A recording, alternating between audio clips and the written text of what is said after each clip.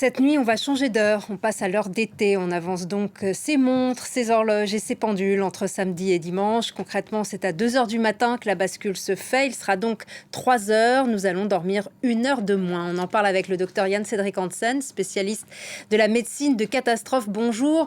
Beaucoup de gens se plaignent de ce changement d'heure 2 fois par an. Quelles peuvent être les conséquences de ce changement sur notre horloge biologique interne ? Alors, notre horloge biologique interne, elle a besoin d'un temps d'éclairage à peu près équivalent entre avant et après midi. C'est-à-dire que le temps naturel, le temps standard de chaque fuseau horaire, quand le fuseau horaire est suffisamment étroit, permet d'avoir autant de luminosité avant qu'après midi, et ça nous permet de nous caler dans tous nos biorhythmes.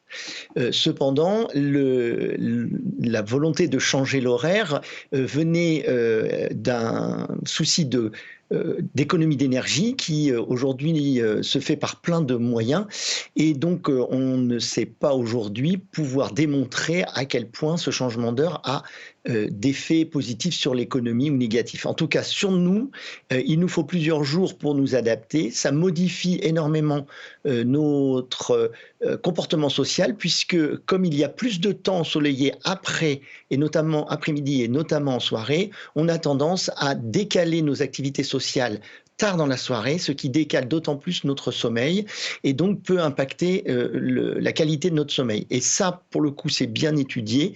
La qualité du sommeil impacte notre productivité au niveau du travail, impacte notre capacité ou notre vulnérabilité face aux accidents divers et nombreux, accidents de la route, de transport, accidents domestiques, accidents professionnels.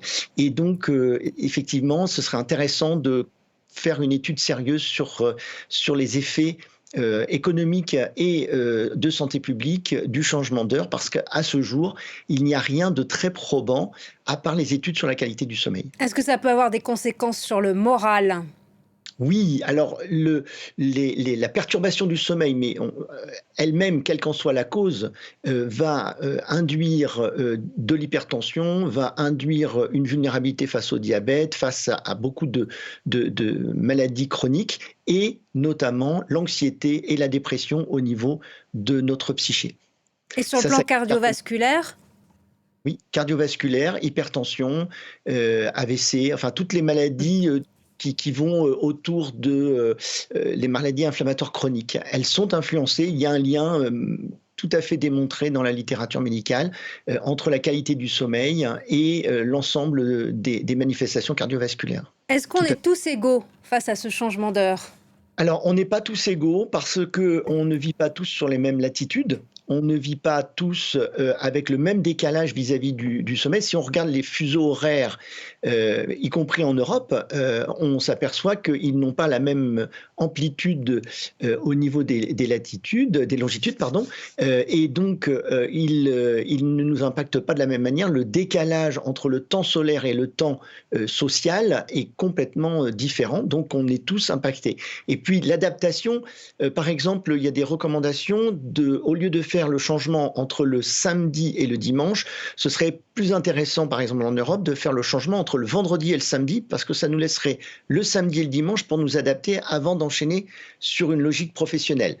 Ceci n'ayant de sens que pour ceux qui ne travaillent pas le week-end, mais tous les professionnels de santé qui vont travailler cette nuit et la nuit symétrique, quand on reculera d'1 heure, vont être largement impactés parce que c'est leur temps de travail qui va être impacté. Et quelles sont les personnes les plus sensibles ? Les jeunes, les personnes âgées, les hommes, les femmes ? Ce sont ceux qui vont être, qui sont le plus dépendants de l'horaire solaire, les gens qui travaillent dehors, alors que ceux qui sont en lumière artificielle la plupart du temps vont être nécessairement moins adaptés, puisque leur organisme va surtout être, s'est adapté à leur éclairage artificiel. Par contre, tous ceux qui sont plutôt à travailler dehors, eux vont être largement impactés, puisque le décalage entre l'heure sociale et l'heure solaire va être manifeste pour leur organisme, ce qui n'est pas le cas pour ceux qui travaillent à l'intérieur. Et hormis ça, qu'est-ce qu'on peut faire pour qu'on le supporte moins mal ? Comment minimiser les conséquences ? Alors, Il est difficile de mesurer aujourd'hui l'impact du changement d'heure spécifiquement sur la qualité du sommeil des populations en Europe, mais ce qui est certain, c'est que la qualité du sommeil dans les populations européennes, ne serait-ce qu'elle, est très perturbée aujourd'hui. On a une hygiène du sommeil en santé publique notamment. Il y a un vrai besoin d'améliorer les horaires, la qualité. Il faut avoir des horaires plus réguliers. Il faut se coucher quand on a sommeil et non pas quand on a terminé de jouer ou de finir son travail le soir.